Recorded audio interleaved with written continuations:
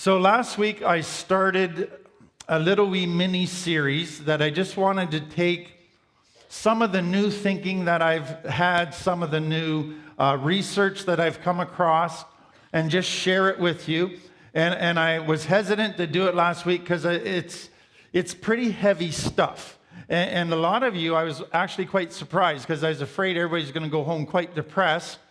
And I got a bunch of response from people just saying how much they appreciate it, and it just helped them see a bigger picture around complex trauma. So if you're not familiar with the complex trauma term, 97% of addicts have childhood trauma, and what complex trauma means is that they lived in an environment where they didn't feel safe. And because of that, they were in fight, flight, or freeze mode all the time, just trying to survive in a dangerous environment. And so because 97% of addicts have this, REACT stands for Recovery Education for Addiction and Complex Trauma. And that's where we work with people because we have realized that addiction is really just a symptom of deeper problems. And that people use drugs and alcohol originally as a solution to all the other problems they had from this trauma. It was the perfect way to fight, flight, or freeze. And so if you don't deal with that underlying trauma stuff, the chance of people succeeding is less than 10%. And so we've seen great success in doing a whole new way of recovery. And that was part of what we did yesterday in the seminar, was make people aware of all of this. So that's what I'm talking about when I talk about complex trauma. Last week, we looked at 8 different things that complex trauma does to a person. And the big picture and why it's such a heavy thing is complex trauma is considered to be a coping system that ends up being self-destructive. It doesn't do one positive thing to a person, but in all kinds of different areas, it takes a person to a negative place. And if the last week's talk is on the website if you want to watch it. I want to give you 6 more tonight and then end with some of the new approaches that are helping people in healing from complex trauma. So number 1 for tonight is complex trauma takes the limbic part of your brain and hijacks it in a negative way. The limbic part of your brain is the emotional center of your brain. It's where emotions are felt. Fear, happiness, stress, all of those things are felt in the limbic brain. The limbic brain was designed to be a very positive thing, a very good thing. You're supposed to have, as by design, your cerebral cortex, which is the thinking part of your brain. The way the brain is designed to work is the cerebral cortex is kind of the boss. But the boss needs information and input just to get an accurate picture of what's going on. And so the role of the limbic part of the brain was to give information to the cortex about what it's feeling based on the circumstances that it's in. And then the cerebral cortex would monitor and process all of that and then decide. So sometimes the limbic system would say, I'm really tired today, I don't feel like cleaning the house. And the cortex would say, too bad, the house needs to be cleaned, get up off your duff and do it. It doesn't matter how you feel, we're not listening to you today. Other days, the limbic would say, I am full of fear because that person right now is scaring me. And the cerebral cortex would say, thank you for your observation. Very good observation. We need to set boundaries with that person. And would decide on a plan of action. So that's how it's designed to work. But what happens in complex trauma is when you live in danger, you live in your limbic brain. And it becomes the most powerful part of your brain, and it actually prevents the cerebral cortex from growing and developing. And as a result of that, guess what determines your decisions? Not good thinking, but emotions. And most of those emotions are negative, and they pull you into negative behaviors, self-destructive behaviors. And so what happens then is this limbic system, which was designed to give a fullness to life, to help the brain understand what's going on in the environment of the person, now it is always pulling you towards something negative. And the limbic system gets so hijacked. Give you an example. Even when it's feeling good emotions, what does it do? It says something bad's going to happen. So now it can't even feel good emotions without pulling you in a negative direction. And so that's what happens. It takes this beautiful part of the brain, it makes it so it's no longer a reliable guide, and it causes it to trump your cerebral cortex so that you make decisions based on distorted emotions, and that leads to all kinds of negative stuff. And so one of the hardest parts of recovery is learning how to let your cerebral cortex trump your limbic brain. And that is super hard. But it is an important part of recovery that people have to go through. The next one is people with complex trauma have a bigger dark side than most people. So we all have a dark side. If I'm alone in my head too long, I start to feel this pull into negative behavior. Every person has that. We all have to live with that. And some days we want to do this, but we feel this dark side pulling us to do what we know we shouldn't do, and that's part of life. But what happens in complex trauma is in order to cope and survive, you have to tell lies. In order to cope and survive, you got to wear masks and not be real with people. In other words, you have to do things that aren't healthy in order to survive. And that feeds your dark side, and that sets up habits and tendencies and patterns that just feed this monster and make it bigger and bigger. So that the longer that a person stays in complex trauma and living in the survival mode, the more they go into negative behaviors. They become negative and critical and full of self-pity and live like they're a victim and they're powerless. And they manipulate people and they lie and they steal and cheat, and all of that happens. And that becomes the most powerful part of them. And then if you get into addiction, it gets even worse.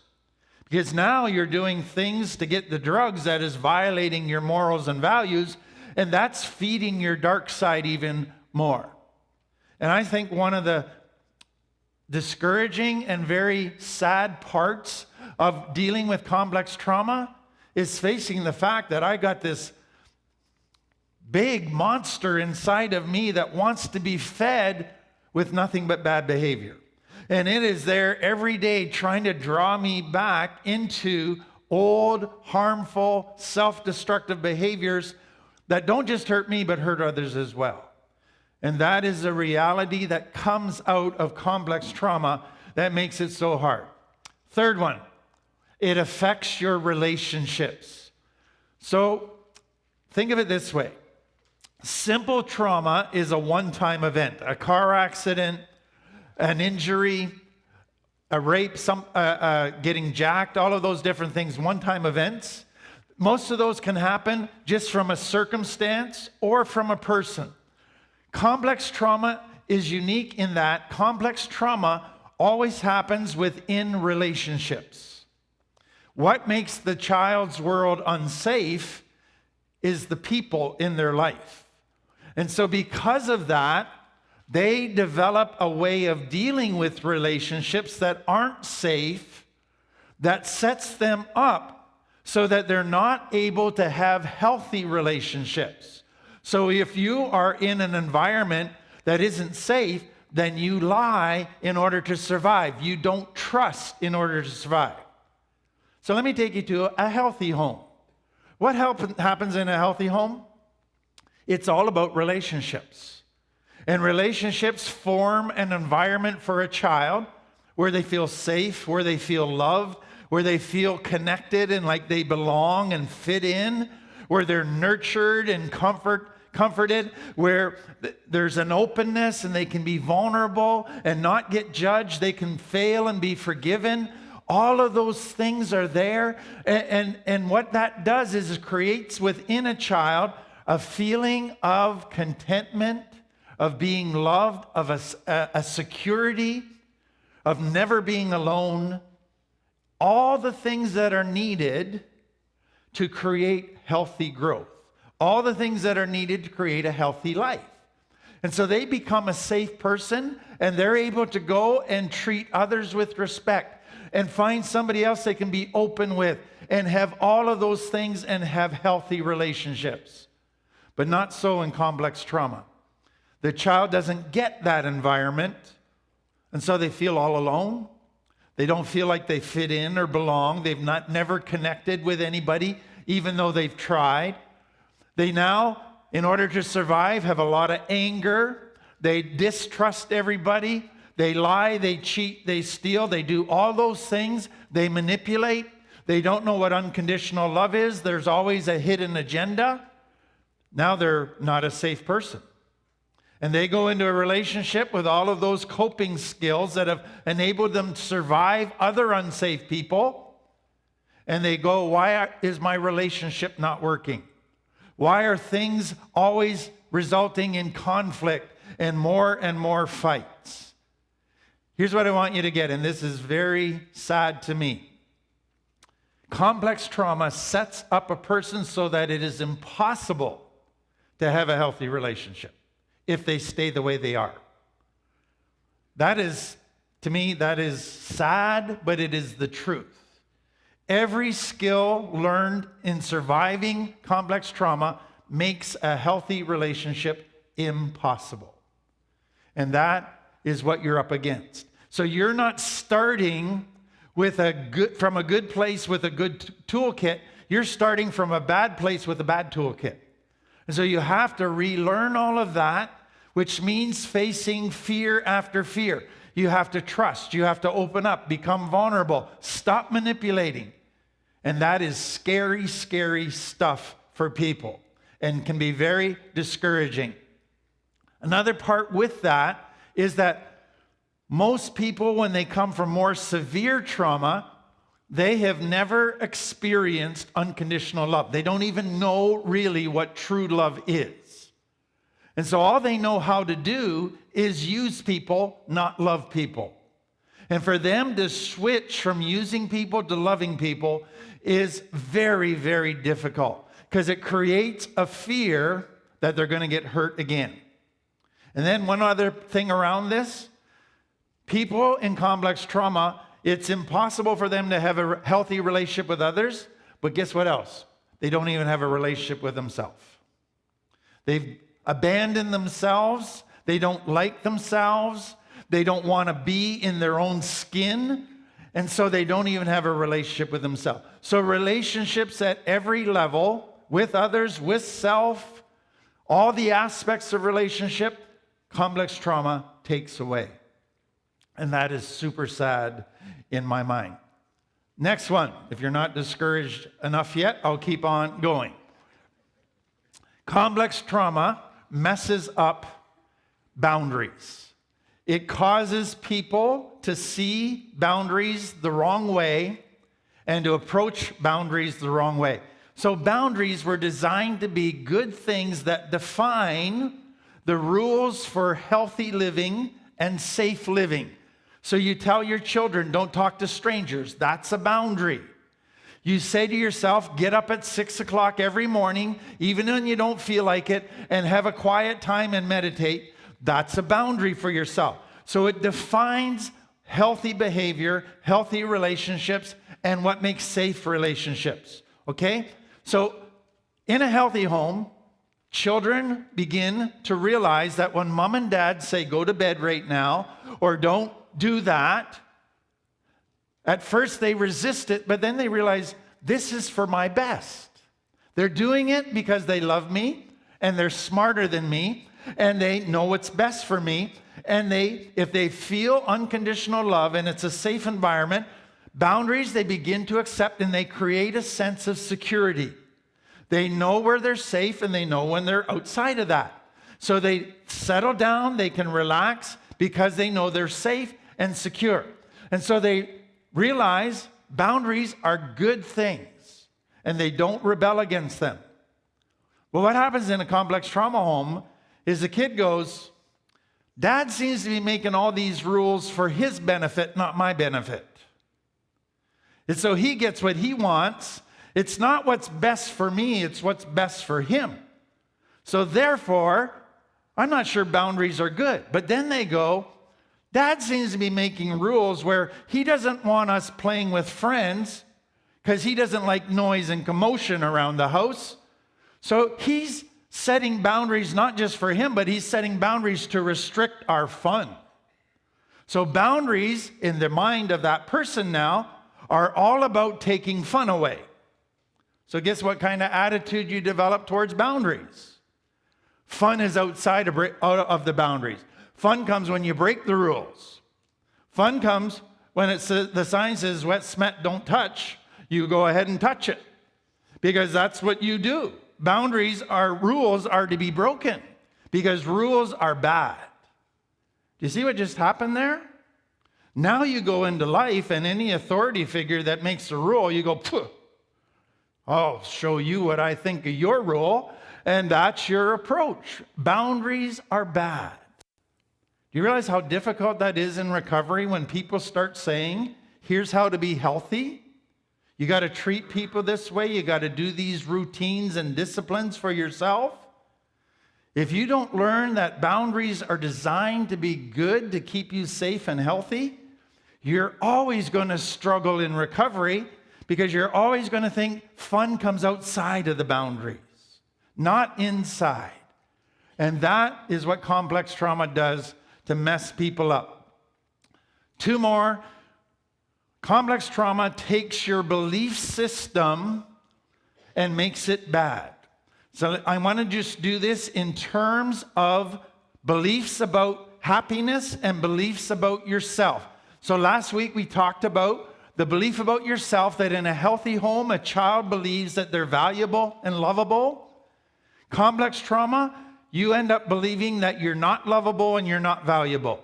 Complex trauma takes a person from a positive self-image to a negative self-image.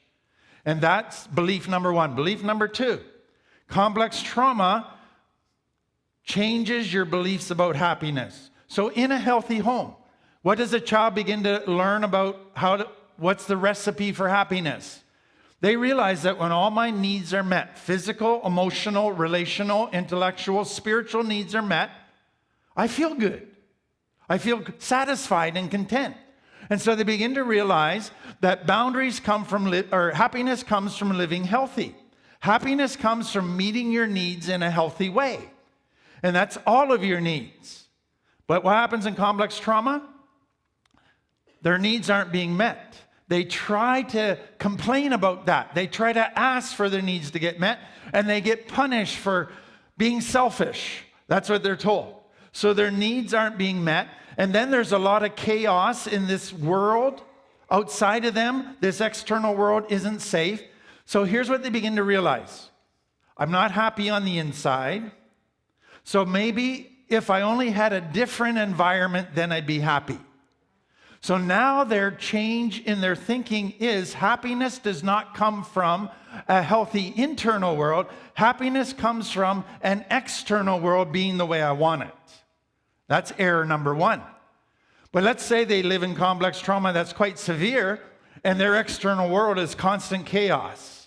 And so after a while, they go, well, I can't have a good internal world. I can't have a good external world. So I guess the only way to be happy is through a chemical. Let's use drugs and alcohol. So happiness becomes now dependent on an artificial chemical. And so with that recipe, do you realize it's impossible to be truly happy? In other words, complex trauma gives you a belief about happiness that does not work. It will never lead to happiness. And that is a sad, tragic part of complex trauma. Last one, internal parent. In a healthy home, if a child has loving, nurturing parents who accept them and respect them and help them grow, and there's unconditional love, and it's safe, they begin to take that parent into their own head. So when they move out of home, they have their own parent now inside of them that when they are facing problems, they can coach themselves. If they're hurting, they can process it and walk themselves through it. If they fail, they have that parent in their head that forgives them and gets back up and learns from it. And that parent is a loving, forgiving, positive parent. Guess what happens to a complex trauma when they move out of home? They take that negative, critical parent with them in their own head. And now when they fail, they beat themselves up and say, you're a loser, you can't do anything right. Now when they're struggling, they say, yeah, you just never going to get this, and they tear themselves down. They take the parent that is negative with them. And you realize that if that parent, that literal parent, your biological parent who was negative and critical, if that led to you using drugs and alcohol, guess what will be the result of you taking that in your head as an internal parent, and you do the same thing to yourself? You're just going to relapse and relapse and relapse. And so complex trauma creates an internal parent who is a negative critic, and it sets you up for failure. So that's 14 consequences of complex trauma, and each one in and of itself is super heavy. So let me very quickly give you some of the parts of recovery. So 3 phases that we define for recovery. So number 1 is stabilization. So what happens from complex trauma? We refer to it as emotional dysregulation. And what that means is the person isn't good at managing their emotions or regulating themselves. Because their limbic brain, if it gets triggered, they're going off crazy in a nanosecond. And so the number 1 step is learning how to de-escalate that limbic brain and get your cerebral cortex back as the boss so that you can begin to make good decisions. So managing and understanding your responses. Second thing is you got to go back and deal with the trauma. And that is to heal from it, but there's another part to it, and it's called you modify your memories. And it doesn't mean you go back and twist them and deny them. What it means is this. Right now, when you get a flashback, you probably still feel like that 7-year-old little girl, and you see it through the eyes of a 7-year-old little girl. What now can happen when you're in recovery is if you get a flashback, you go back as the 40-year-old that you are today, and you look at it through a 40-year-old's eyes. And it's amazing how you begin to see the trauma differently in a way that can be resolved, that you can heal from and deal with. And then the third part is consolidating the gains. And what that means is you keep applying the tools, and then you begin dealing with life and the problems of life and the stresses of life so that you are growing and becoming more and more capable to deal with everything in life. So that's the big picture. The next thing we always talk about is there's an education piece, there's a therapy piece, but you need the support network. You can't do it alone. You need a surrogate family, and then you need to start developing some healthy relationships so that you're able to start connecting. You're able to start trusting, being open, all of those things, and then managing triggers.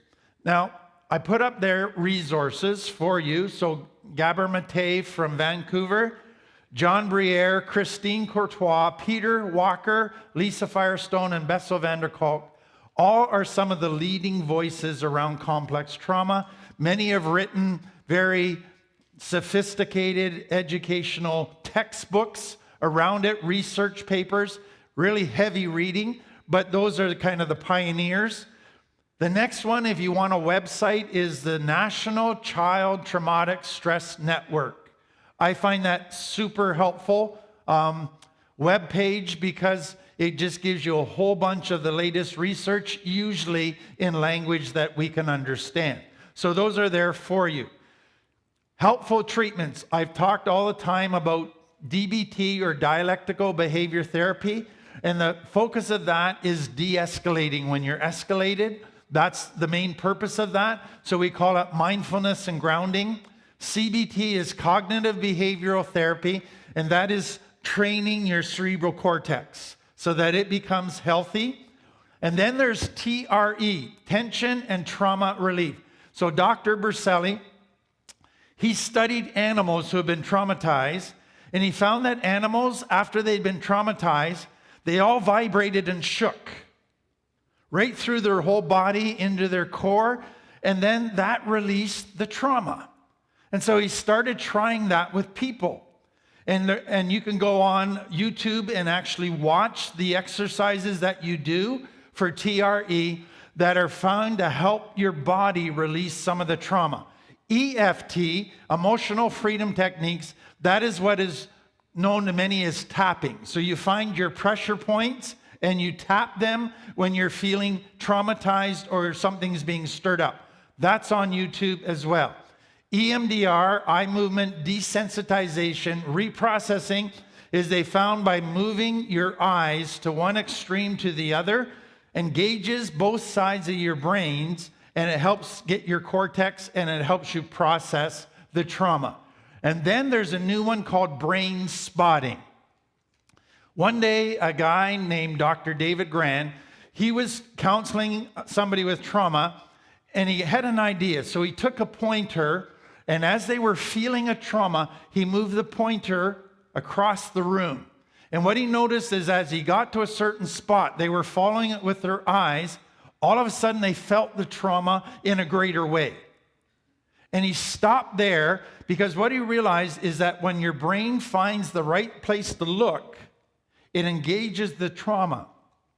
And then you could talk about it more freely and with greater understanding, and it could be resolved. So that too is on YouTube, lots of information. And then Dr. Caroline Leaf has done brain detox as far as how do you get all these toxic thoughts out of your brain and create healthy thoughts. Lots of stuff there.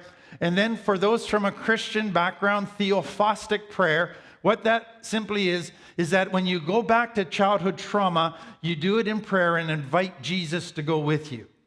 And he helps you and comforts you as you deal with that trauma. Dr. Gabor Mate says this: one of the reasons that children can't deal with trauma if they're still in a complex trauma environment is because if they feel safe, if they feel unsafe, they will never tell the truth about what's going on. They have to lie to protect themselves. So you need, over all of these techniques, you need a safe environment. That's part one. Part two, all of these techniques are helpful, but they're not magic pills. They're not just do this and you're fixed. I've seen people who've done these techniques, but they haven't done therapy around that trauma, and within a couple weeks, they're right back to where they were. It helped them for a little bit. So if you do it, do the therapy stuff as well, because you have to have both of those working together. So that's a little bit about trauma. Hopefully, we ended on a positive note that gives you some hope. Complex trauma and seeing how much it damages people. And so the question is, are any of those kind of really damaged people in the Bible? And I think one of the reasons I want to do it, besides that, is I think a lot of people, when they get exposed to a lot of churches, they think that if you become a Christian, all Christians kind of have their act together and they're just don't have any problems, blah, blah, blah, blah, etc. And they think that if they read the Bible, they just think of Bible stories when they're kids and all these guys are near perfect, etc.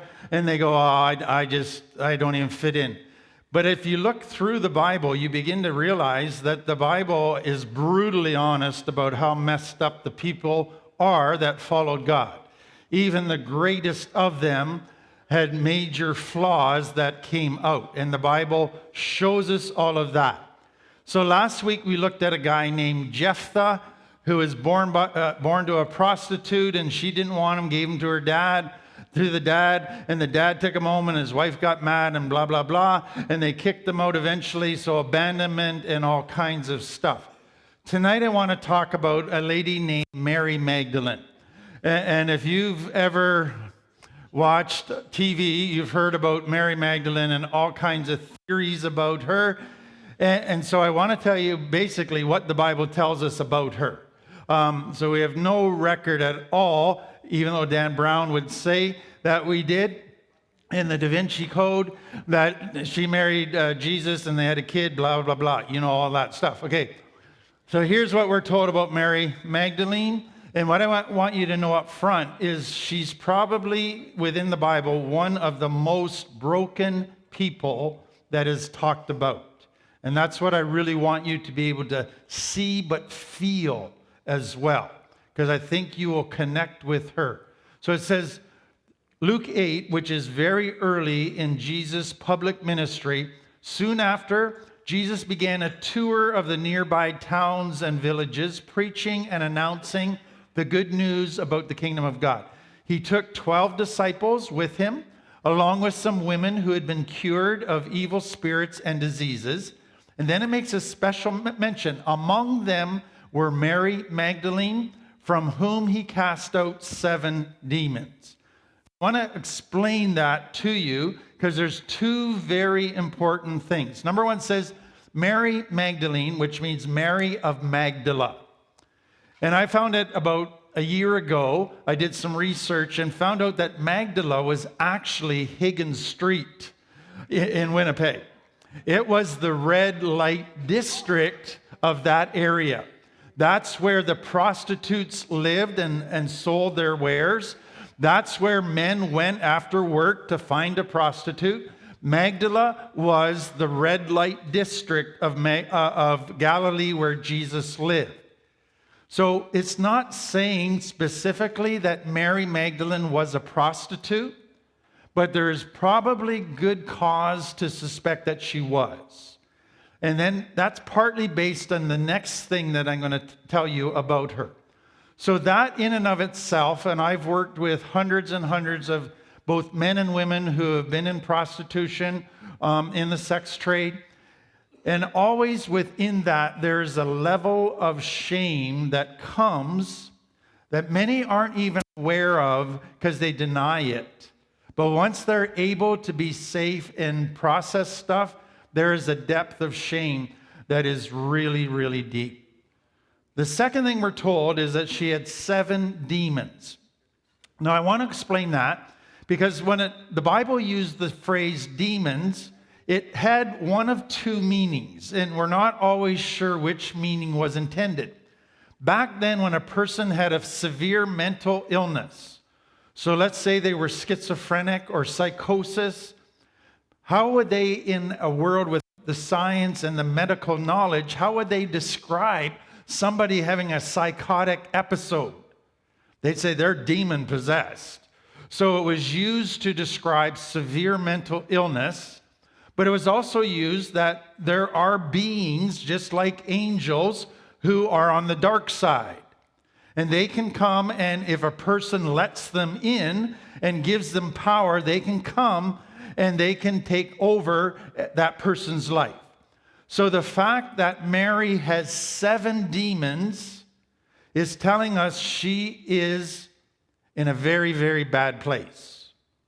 Now, I have dealt with a few people over the years who have been possessed by demons, and I've dealt with that.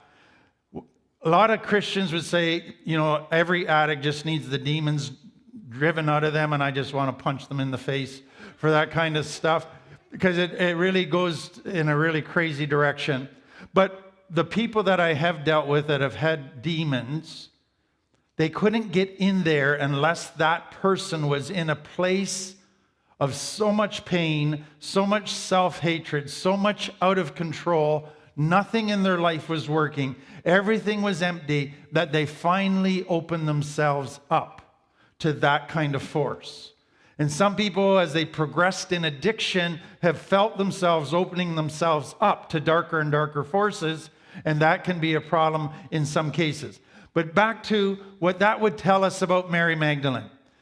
To me, it would say, here is a woman that hated herself, who lived in this feeling of being all alone, not loved, nobody cared, abandoned, that life just no longer makes sense, so just open herself up to whatever force is out there.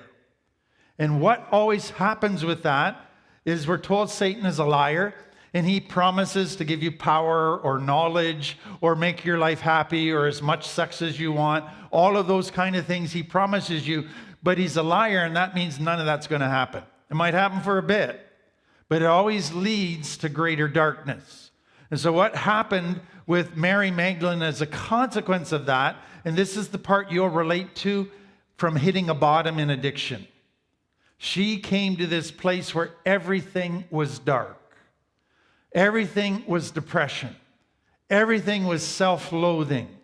Everything was emptiness. Everything was pain. There was not any pleasure in her life. There was not any positive emotion. There was nothing but living in a tormented soul state.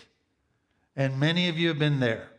And there is such a darkness to this woman, such a brokenness, that she became so desperate that all of this greater darkness she let into her soul.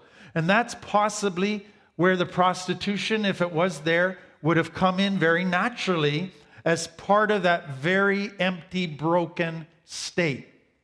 Now then we're told that she meets Jesus. Yeah, and I can't even begin to put into words what that would have been like for her.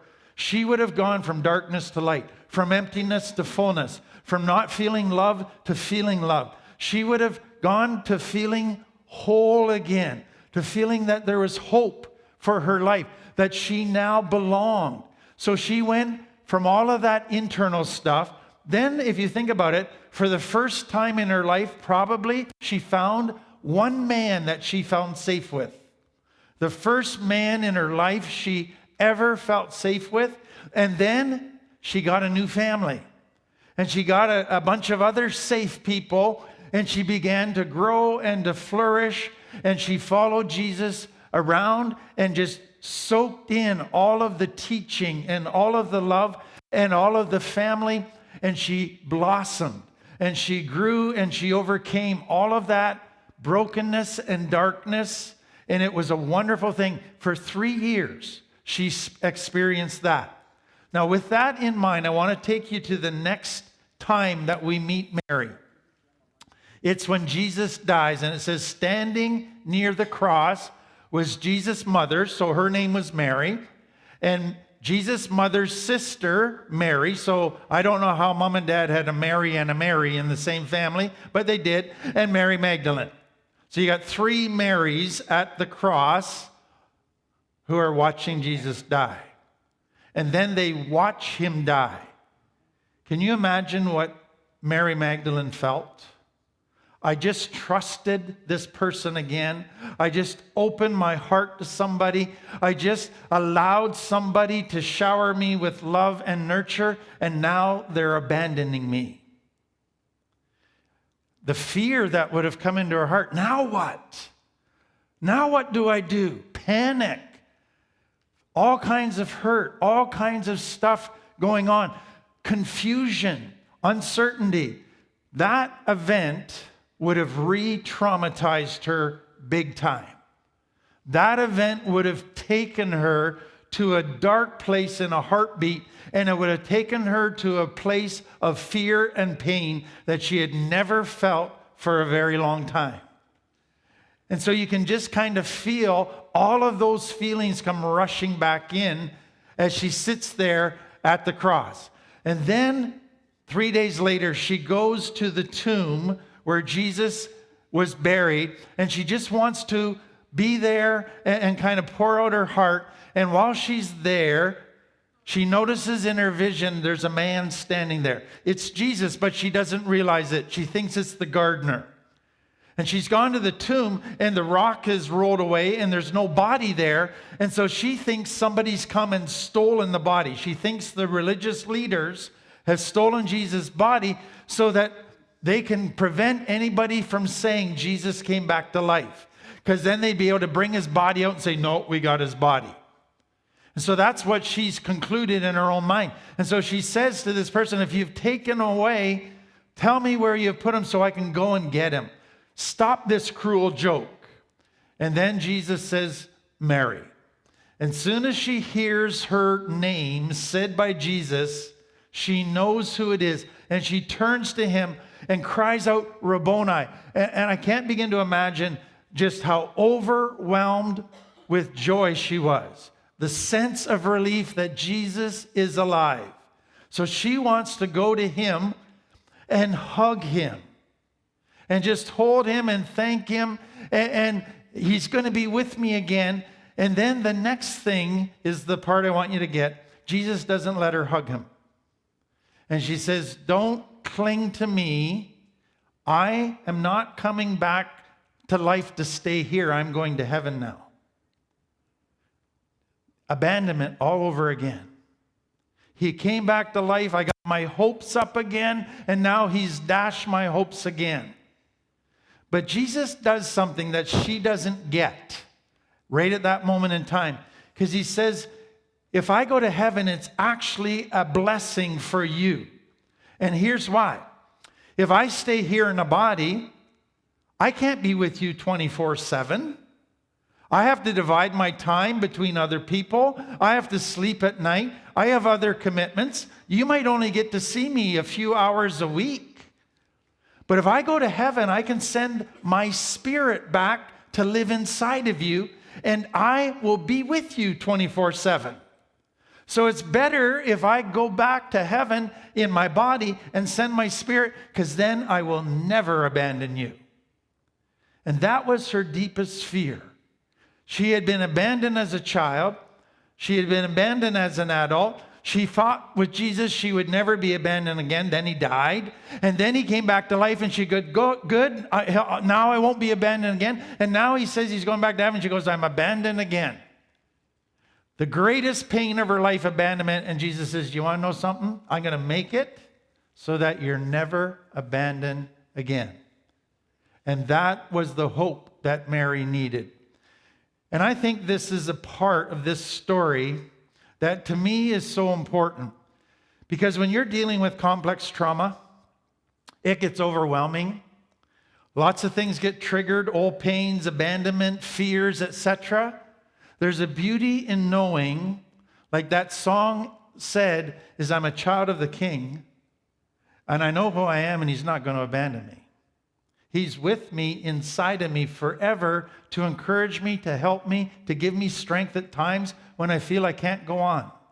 And so in Mary, we see the most broken person growing, healing, but then struggling, getting triggered, and then finding I can have a spiritual anchor in my life that will help me deal with the problems of life that keep triggering my old stuff.